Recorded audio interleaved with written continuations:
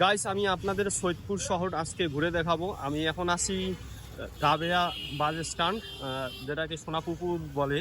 এখান থেকে আমি সৈয়দপুরে যাব একটি অটো নিয়ে।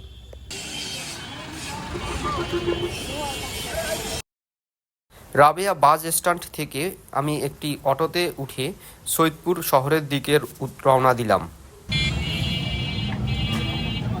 রাস্তায় যানবাহনের প্যাঁ-পু শব্দ শুনতে শুনতে ছুটে চললাম সৈয়দপুর শহরের দিকে।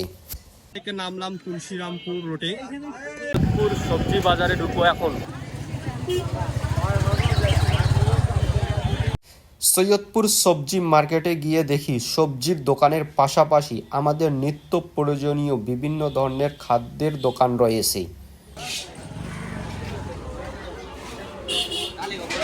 এখানে মুদিখানার দোকান রয়েছে, মুরগির দোকান রয়েছে, আর সবজির দোকান তো রয়েছেই, ডিমের দোকান রয়েছে।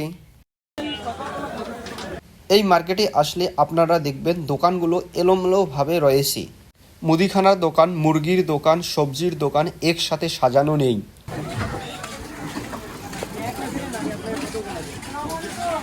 মার্কেটে আসলে আপনারা মানুষের উপস্থিতি সবসময় পাবেন।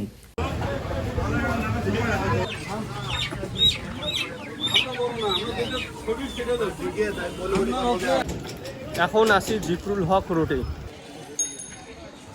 এই জিকরুল হক রোডটি সবসময় যানজটে ব্যস্ত থাকে। ব্যস্ত থাকার একটি অন্যতম কারণ হচ্ছে এখানে অনেক মুদিখানার পাইকারি দোকান রয়েছে। পণ্য ক্রয় করার পর পণ্যগুলো ভ্যানে রাখার জন্য ভ্যানগুলো রাস্তায় রাখা হয়। আবার একটি ট্রাক যদি এই রাস্তায় প্রবেশ করে তাহলে রাস্তাটি ছোট হয়ে যায়। এতে রাস্তাটিতে বিশাল আকারের যানজট সৃষ্টি হয়। এই রাস্তাটিতে সকল ধরনের যানবাহন চলাচল করে। এখন আসি এসকে পরিবহনের সামনে। এই হচ্ছে এসকে পরিবহন কুরিয়ার সার্ভিস। এই এসকে কুরিয়ার সার্ভিসটি জিকরুল হক রোডে অবস্থিত। সৈয়দপুরবাসীরা পণ্য অর্ডার করে পণ্য রিসিভ করে এখানে। সৈয়দপুরবাসীরা এখান থেকে বিভিন্ন জায়গায় পার্সেল পাঠিয়ে দেয়। এখন আসি সৈয়দপুর রেলওয়ে জেলা পুলিশ সুপারের কার্যালয়ের সামনে। এই হচ্ছে সৈয়দপুর জেলা পুলিশ সুপারের কার্যালয়। সৈয়দপুর রেলওয়ে পুলিশ সুপারের কার্যালয়টি সুন্দরভাবে সাজানো রয়েছে। এটি দেখতে অনেক সুন্দর। আপনারা যদি কখনো সৈয়দপুরে যান এটি অবশ্যই প্রদর্শন করবেন। এখানকার রাস্তাটিও অনেক সুন্দর। এখন আসি সৈয়দপুর প্লাজায়।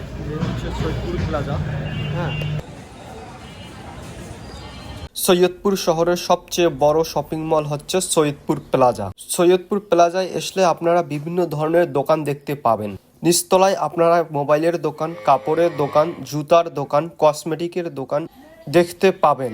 উপর তলায় রয়েছে কম্পিউটারের অ্যাক্সেসরিজ দোকান। এখানে আপনারা কম্পিউটারের যাবতীয় অ্যাক্সেসরিজ পেয়ে যাবেন। আপনাদের কম্পিউটার যদি কখনো নষ্ট হয়ে যায় এখানে নিয়ে আসলে আপনারা আপনাদের কম্পিউটার ঠিক করতে পারবেন।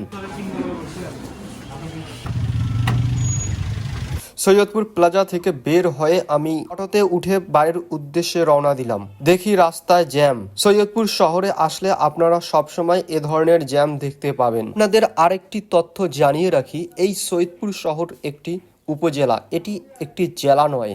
ভিডিওটি এই পর্যন্ত শেষ করছি। যারা ইউটিউব থেকে ভিডিওটি দেখছেন, যারা ইউটিউব চ্যানেলের নতুন, তারা অবশ্যই চ্যানেলটি সাবস্ক্রাইব করবেন এবং পাশে থাকা বেল বাটনটি অন করবেন।